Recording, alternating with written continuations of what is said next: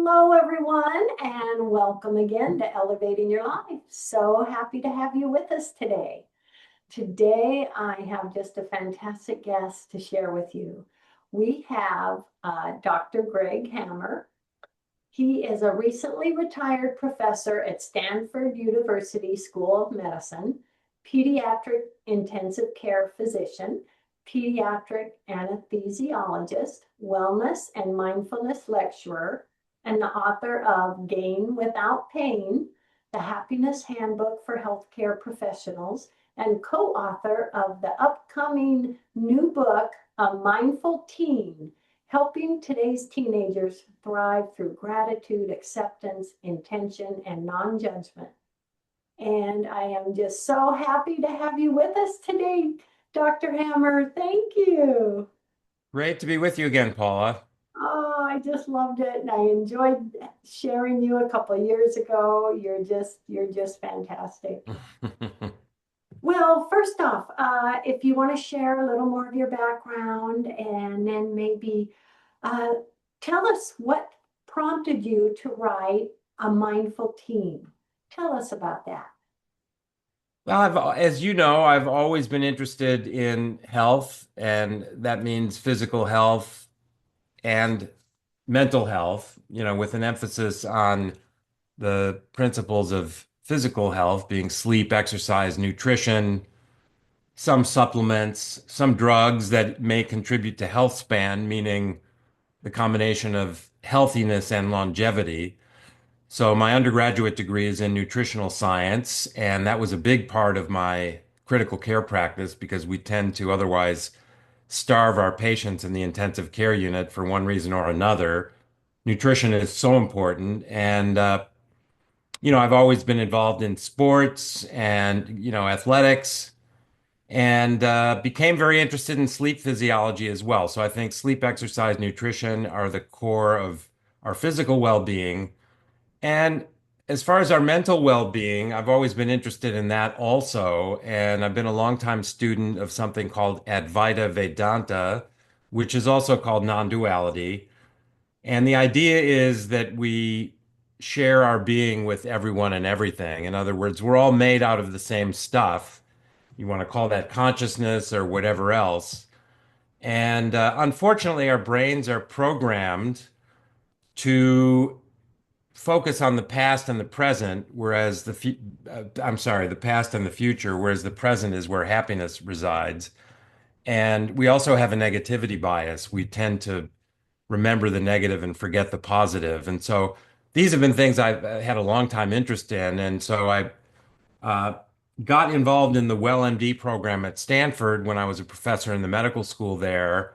We were interested in learning more about burnout and what were the drivers and therefore what were the potential solutions, because it was very expensive to have a physician leave Stanford for a number of reasons: disruption of clinical practice, research, cost of recruitment, et cetera. So we came up with a what I think is a very useful model.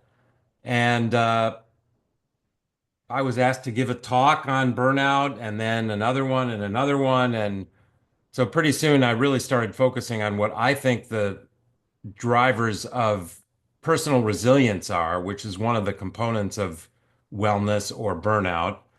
And that sort of led me to come up with what are the four real pillars of personal resilience and happiness. And I came up with gratitude, acceptance, intention, and non-judgment. I tried to put that into an acronym because that's how I remember things.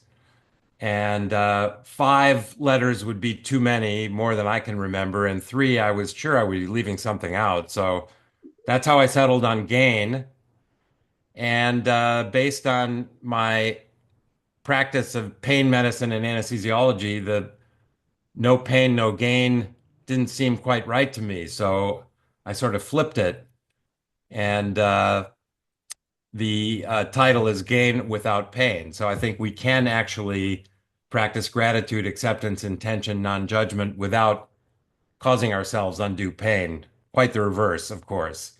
So that's sort of a lot of stuff, I guess, if you want to weave those threads together. And that kind of gets me to the first book. And then I was sort of interested in addressing a few other things that I think are very topical, and having taken care of and raised, for that matter, teenagers most of my adult life, at least caring for them most of my adult life, and then having a couple, I just realized what a difficult time this is for teens. Much more difficult than my teenage era, let's say. And so I thought if we can apply these mindfulness practice gain elements to caring for our teenagers, meaning parents, teachers, grandparents, coaches, counselors, etc., maybe we can help them. And so that was the focus of a couple of years of research and eventually writing this new book, A Mindful Teen. Ah, I love it. I love it. And you just share so many wonderful things in that book as well as in your first book. I just absolutely love it. And so many wonderful topics. One that I just loved was you talked about how important self-compassion and self-kindness is. I mean, that's something can forget to do. Tell us about that. Again, we have a negativity bias, and this is well documented in social science and psychology. We really do tend to hang on to negative thoughts, and that's where our mind goes. So we get up in the morning, for example, and we have a little ache or pain, and we kind of focus on that. We don't focus on the miracle of having our heart and lungs and kidneys and the rest of our physiology operating pretty much flawlessly for 8 hours while we were sleeping. We focus on the fact that our knee's a little sore and, why me and so on. And this really applies to the gain elements, if you will. I mean, the A in gain is acceptance. So we have to accept the things that are negative or uncomfortable or painful in our lives that we cannot change. And the end in gain is non-judgment. And so we're overly judgmental. And when you combine that with our negativity bias, we usually make negative judgments about other people, the world, and most notably ourselves. So I know for me, and I think for most people, we can learn non-judgment of others and the world. It's most difficult to learn not to judge ourselves. And therefore, it's something we need to focus on. We need to have a plan, a practice. That's the I in gain, is intention. We need that if we're going to deal with this negativity bias, especially when it comes to our own self-judgment. And so here's where self-kindness and compassion come in. It's something that most of us need to learn. It doesn't come naturally to us. And the good news is our brains have this magical quality called neuroplasticity. So if we are dedicated, if we have a plan, we can actually change the way we think. And if we really study self-compassion, we can become more positive in our self-judgments. Yes, yes. And in the book, I mean, you give such great tips to parents as being a parent to help their teenager. Like, the past will never change, and wishing it was different keeps us stuck. They're interfering with our ability to be happy. With that. And the behavior and so you're not only giving tips to parents with teens, that's something that I think helps the parents or anyone reading your book. Well, exactly. I think the things that we need to do for our own peace and happiness, learn to be more grateful, accepting, intentional, and non-judgmental. These are the principles that we need to teach our children. And I mean, let's face it, they're watching us. So we need to embody them ourselves. We can't just tell them what to do. We have to show them by our own behaviors and the things that we embody and that we discuss ourselves. So, for example, I think gratitude is really a core element of being well adjusted and happy for kids, teens, adults, all of us. And it's something that we need to focus on. So, when we're feeling a little down, when we're feeling negative, have that light bulb moment. Yes, I'm being overly self-judgmental in a negative way, or yes, I'm resisting something that is going on in my life that's uncomfortable to me. Have that light bulb moment when we recognize we're thinking and being that way, and just go to these elements, go to gratitude. Mhm. It is a core element of happiness. We know people who may be poor and happy, people who may be physically challenged and happy, but you can't even imagine someone who's ungrateful and happy.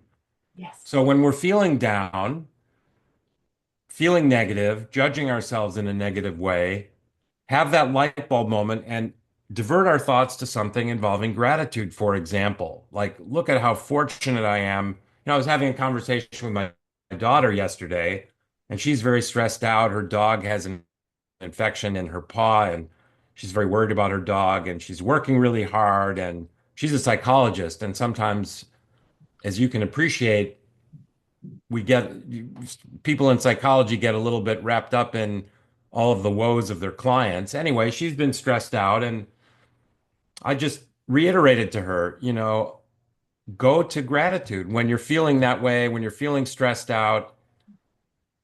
Just remember, these are all kind of small things in the scheme of things. Look at how lucky we are. We're financially stable. We have a roof over our heads. We have constant access to food and running water, things that some people in other parts of the world don't even have. And so this is a way of kind of bringing ourselves back to our center and bringing ourselves to the present moment and a more positive way of thinking and being. Yes. Oh, I love that. I love that. And I've always felt, start my day with one thing I'm grateful about, even if it's just food in the refrigerator. Not everybody has that. And that can set our tone. And like your happiness key, you don't have to have a lot to be happy. I one time went on a mission trip to Africa, and what you see is, oh my gosh, but I saw children, no toys, in rags, playing a game with rocks. And they were so happy. And it's like, what an example to show us that that happiness is here. That's beautiful. Yes. Because no matter what, things could be worse, to sort of put a different spin on it. My knee, I woke up, my knee's a little sore, something I did yesterday, whatever. But hey, my other knee is doing great. And not only that, but, I woke up and my heart's beating, my lungs are working, my kidneys are working, and I got some sleep. And so it's just a matter of your perspective. And unfortunately, our negativity bias really does get the better of us all too often. And we focus on what we don't have instead of what we have. Yes. And so would you say that, it can be so often that our brains can be distracted, drifting into the past or the future, and it gets us out of that moment where we can be happy. Absolutely. I mean, that's really the source of suffering is it's the combination of ruminating over the past and obsessing over the future and missing the only moment we ever truly experience, which is the present moment. And when you combine that obsession with the past and future with our negativity bias, when we ruminate over the past, we teach ourselves to have regret and shame, and we're embarrassed about something we said or didn't say or did or didn't do, and we ruminate over that. Or we think about the future and we generate a lot of unnecessary fear and anxiety by having all these negative thoughts about the future. We catastrophize naturally. What's the worst thing that might happen? This is just the way our brains are wired. Our brains are really wired for survival, not for happiness. So if you think maybe 150,000 years ago, our forebears were sitting in a cave with our family, trying to keep the fire going, trying to keep our family safe. And it actually behooved us to think that there might be a saber-toothed tiger lurking outside the mouth of the cave. What's the worst thing that might happen? That actually might have helped us survive another day and have more offspring. And so the genes and epigenetic factors that code for this worry and this negativity spread through the population selectively, based on the fact that those who were particularly negative and wary tended to survive more. And here we are 150,000 years later, stuck with these traits that no longer serve us well, right? We don't need to, most of us, again, don't need to worry about what's the worst thing that might happen. It almost never does. And there isn't going to be a saber-toothed tiger or predator or even a foe around the corner. I mean, unless we're in, very specific circumstances, which most of us fortunately never encounter. And so again, our brains are wired this way. We're all like that. And the good news is we have this property called neuroplasticity where we can actually change the way we think. But it takes a plan. It really does. So, what would you say could be a first step for someone that wants to change that plan and get in out of that that's wired in our brains? What would one of the first or second steps be that we could begin with now? I would say learn the gain meditation. I designed it to be a 3-minute practice. So we get up in the morning, we open the blinds, we do our morning hygiene, we find a comfortable place to sit, we close our eyes, and we just focus on slow, deep, deliberate breathing. So we may take a slow breath to a count of 3 through our nose, pause to a count of 3, and let the breath go without effort to a count of 4. And repeat that a few times. And then just do, excuse me, a self-guided tour of G and gain, that for which we're grateful. And again, we have so many things for which to be grateful, our friends, our family, a roof over our head, all the blessings in our lives. Then we transition to A, which is acceptance, and take a painful or uncomfortable experience. And as we do our slow, deep, deliberate breathing, bring it in closer and closer. Imagine opening our chest, opening our heart, bringing this uncomfortable experience into our heart and breathing with it, sitting with it, relaxing our body into it. And eventually we ask ourselves the question, can I live with this pain forever? And the answer will be yes. And then we transition to the I in gain.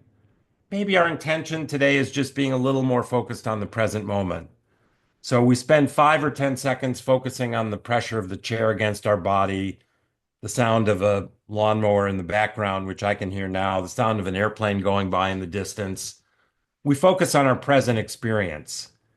And we do this while continuing to do our slow, deep, deliberate breathing. And we transition to the N in gain, which is non-judgment. And, one tool that I teach is imagine a picture of the Earth, one of these beautiful NASA images, the Earth apparently suspended in space. And it's a beautiful planet, but it really does not possess the qualities of goodness or badness. It just is the planet that it is. And so it's only logical for me to think, I too am just the person that I am. I'm neither good nor bad. There's no judgment. I'm just the person that I am. And we link this to our slow, deep, deliberate breathing. And maybe we just repeat the words I am Ah, as we do slow, deep, deliberate breathing. And then we just return to the breath and slowly open our eyes and we're ready to go out in the world.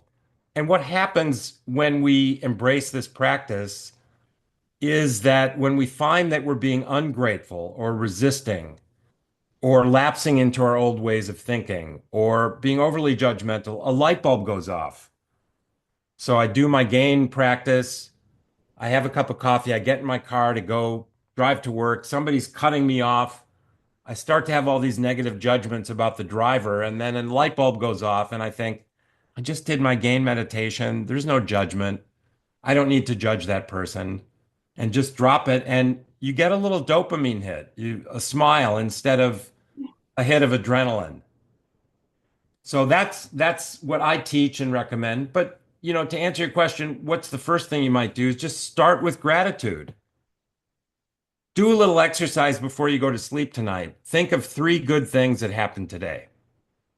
Well, today I had a wonderful time with my dogs. I had a great session sitting in my backyard in this beautiful weather reading a book.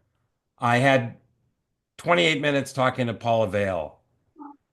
And what happens, even just thinking of three good things before you go to sleep, you tend to sleep better and you have a more positive attitude. And that's actually been shown in studies. You can I do love a do a do a Google search for three good things practice, and this has been studied. And so that might be the first step is just embrace a gratitude practice, journal it if you want, or just think of three good things before you go to sleep tonight. Oh my gosh, I love that. I did not realize that. But that makes sense. That we Yes, I think gratitude is just so fundamental. So there are a lot of things we can do, and we don't have to sit and meditate for 30 minutes without moving or scratching an itch. We can just have a very simple practice. We can do it when we're driving a car, and obviously not closing our eyes, but these are little things you can do, and then you build on them. So baby steps, start small, and then through your intention, the ion gain, just start building on this and gradually rewiring your brain because, we really do become our thoughts. Our thoughts sort of guide the way we interact with the world. Yeah. And I I have to share when if I'm having a stressful day or feeling kind of down, then I just put on one of my favorite songs and start dancing. And it just it does so much for me, Dr. Hammer. No, that's wonderful, Paula. That's really wonderful. Not a good dancer, but I love dancing. Well, when we dance, we should pretend that nobody's looking at us. So Exactly. if you're alone, that is truly the case. And I had the best thing happen last month. I was visiting my grandkids in Tennessee, and we were in the grocery store. And when I hear a song I like, I start dancing. I don't care where I am. And I started dancing, and my granddaughter started dancing. Woo! Yeah, it's contagious. Happiness is contagious. It is. It is. Oh my goodness. Oh, and it in your book, you almost also mention the importance of balance of screen time and other activities. And I love that. And I think that's really kind of great for all of us. But, to get us out of screen time or just into doing the activities. So, how does that work, Dr. Hammer? Well, I think, I talk about that in the context of the challenges that teenagers face. And let's face it, smartphones and access to the internet and all of these social media apps, it's a double-edged sword. I think there's some good things about that, like other advances in technology. But there's a lot of pitfalls, and spending too much time on your screen means you're not interacting with other people. You're exposed to all these sort of ideals of perfection that people project, and then it makes teenagers feel like, why am I so imperfect compared to them? Also, smartphones and the internet and being on your screens can be a source of bullying. It can be, a source of shaming. There's something called sextortion where, people can get images of you and through AI in particular, Amazing. hold you hostage, try to extract money from you.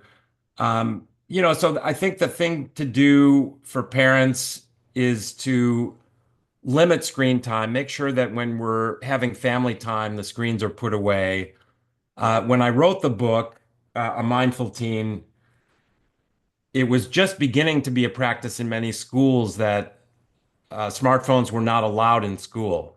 So kids had to sort of check them at the door. And now it's become much more prominent. In other words, much more common across the country that schools are not allowing phones to be accessed during school hours. So I think that's really important. That's it. Yeah, I love it. I love it.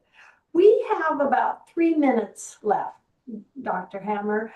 Please share with everyone your website and what last message you want to give us today. Well, my message is often that, and this is sort of a reference to Advaita non-duality, but more generally true that we're all made of the same stuff. We're all really the same. We're all in this together.